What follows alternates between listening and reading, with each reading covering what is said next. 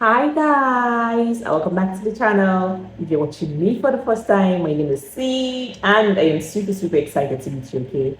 Guys, we're going to be seeing a video today and this one is titled 10 things that will shock you about Poland. Okay.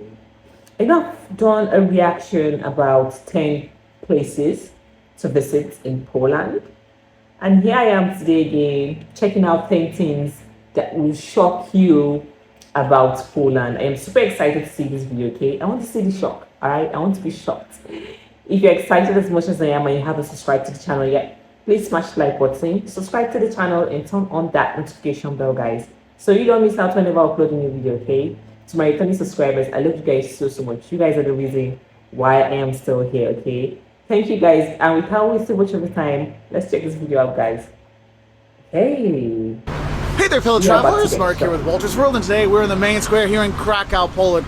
Beautiful city, definitely worth checking out. And today what we have for you are the 10 things that shock tourists when they come here to Poland. And the first thing that shocks people when they come to Poland is the Polish face, the Polish look. When you come here, you'll notice that people walk around like this, just there's no emotion. It's not happy, it's not sad, it's just neutral. And it's funny because you see it everywhere. Within the train station, you're going out to eat, you're going to the stores, you're going all over the place. They just have the same look. And you're like, wait a minute, can't you be happy or sad or something? No, they have this like dead-on look, which works really well because you'll see the women here are gorgeous, okay? And when you see them walk, you're like, oh, they're just preparing for their supermodel career. Because when you're on the catwalk, you don't show any emotion, so they actually works really well. But it is kind of funny how the people, you do have this look, and that's the first thing that shocks people. Also, kind of going along with the people, you might be shocked that, look, the Poles are not like the jokes you heard as a kid. They're not dumb, they're not alcoholic, stuff like that. You don't have that. I mean, yes, there are, but that's everywhere. It's not more or less than you get in other countries, so that also kind of shocks the people when they come here, because I'm used to all those Polish jokes where, what is it, 4 Polish people, and how do they, move the bed or something? You don't have that here. The second thing that'll shock you when you come here also deals with the Polish people are how Catholic and how religious the people are. I mean, I remember going on the buses in Lublin, and these like punk rock guys are in there, and they go by a church and they all do the sign of the cross. I'm like, whoa, I didn't expect that. People here in Poland are very religious, and the churches, this is St. Mary's. Honestly, the first time I walked in there 20 years ago, I would just drop. Wow, the all blue altar and the blue ceiling and everything, it's just amazing. And the churches around the country are gorgeous, and they're actually building more churches here. Other countries, they're turning churches into apartments and hotels and bars.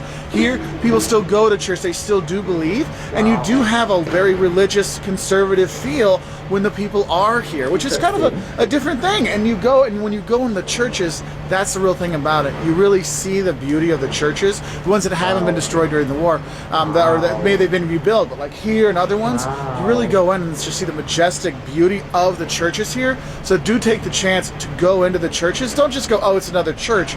Go in and check it out. And that kind of leads into the third thing that'll shock you when you come to Poland, is how much Poland was destroyed during the Second World War. I mean, Krakow was lucky. It didn't really get destroyed during the war, but a lot of the other cities were just leveled. For example, Warsaw. When you go there, you'll go see the Uprising Museum and realize that everything old in Krakow is actually younger than probably your dad, because they had to rebuild it all after the war because it got leveled by the Nazis. And you'll see that, and you go around, that's why you'll see the communist architecture and the big square, long, rectangle buildings and stuff like that, because there was nothing there. It was all destroyed, so they had to rebuild. And when you really see the level of destruction throughout the country and how much they've come back and built new stuff, you'll be very proud of the people, and that's what's really cool about it. Now, the fourth thing that's going to shock you when you come to Poland is how completely incomprehensible and illegible the Polish language is. Look, if you don't speak Polish, it's okay. The locals know you don't speak Polish. They'll still try to speak Polish with you, but Polish is just one of those languages. You're listening at the train station, you're like, yeah, I got nothing. Yeah, I don't even know what city I'm going to. It is a very tough language, and it's very hard to pronounce. Like, how do you say PRZ in a row? And there's like a hat, and there's an L with a line through it. Is that a T or a what? What is that? you do get pretty confused when you are here, and it is kind of shocking that you can't even make out some of the stuff. Now, they are developing better for tourism, so you will have a lot of, English menus and stuff like that, but it is a really good idea to know some Polish before you come, like dziękuję, which is like thank you, prosim is please, things like that, because it really gets those people to go from, you say, dwa piwa prosim, oh, you speak Polish, and they really open up then, okay? The fifth thing that might shock you is your eating experience here. The Poles really love their potatoes and their cabbage. And even if it's not on the menu, like it might say, oh, it's a cutlet, nice. It'll come with cabbage and potatoes. And you're like, oh, I'll have the pork knuckle instead. Oh, it has pork and cabbage. Well, then I'll just have the rolls. Oh, it's a cabbage roll. Okay.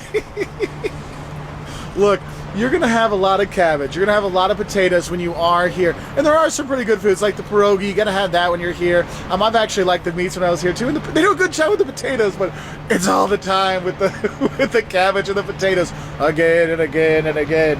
That's why yesterday I just got the cabbage rolls. I'm like, look, because then I know I'm getting the cabbage. Haha. And it came with a side of mashed potatoes. And I just laughed and laughed and laughed. Okay.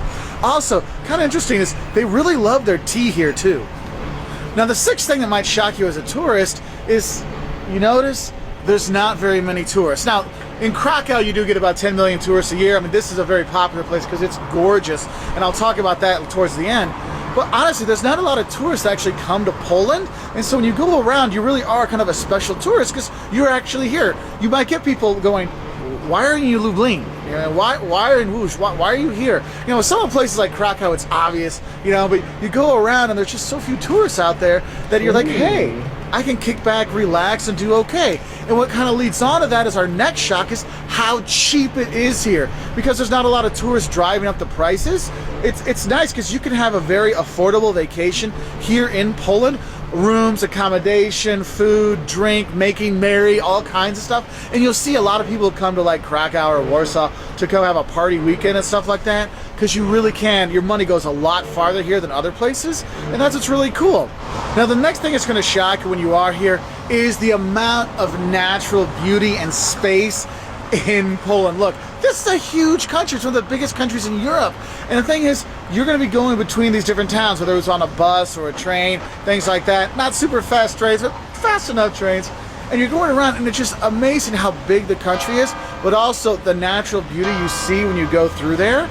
And what's nice is when you go through, and you can go, if you're in the north, you're going to Gdansk. And well, that's one of my favorite. Krakow and Gdansk are my two favorites. You're up in Gdansk, you come down a bit, you can go over to the Masurian Lakes and see the castle that's right by there, the Malbork Castle, which is on the way towards there. Go to the lakes and enjoy that. Go to the coast in the north. In the south, you've got the Tatras Mountains, and you go to Zakopane and stay there. Tons of Europeans go there to ski in the winter because, yes, it's beautiful and it's cheap. Remember what I said before? But you have this natural beauty, like, wow, this really is. I understand why they have all their tourism propaganda is about, the natural beauty of Poland, because it really is beautiful. Having said that, the next thing that'll shock you is how amazing the town squares are here in Poland. Yes, here in Krakow, you've got the cloth hall over here to check out. You've got the St. Mary's Church over there. You've got all these things. Sorry. You've got all these things to go and see. And this is actually the largest town square in Europe. And it's amazing, but it's not just here. You go to Warsaw to see their old town square they really built from scratch. Wrocław, go see the old town in Lublin. Oh man, Gdansk, the port city of Gdansk, man, you just walk around there, see the Neptune statue, you're like, man, this is so cool. And you have all these beautiful squares, and you have all these beautiful buildings that have been rebuilt after the war, or maybe they're still there from before the war. You have that beauty that not a lot of people think of. Because when they think of Poland, you're thinking of, oh, it's farmland and stuff like that. And look, there are some just amazing places here in Poland, so it's definitely worth checking out. And the 10th thing that might shock you when you do come to Poland is the lack of service. So remember that Polish face. This is your service. It's not the most attentive. It's not the most friendly. You'll get your food. It'll just take some time. But just know, Poland isn't necessarily the most service-oriented economy out there, so you need to have some patience when you are coming here.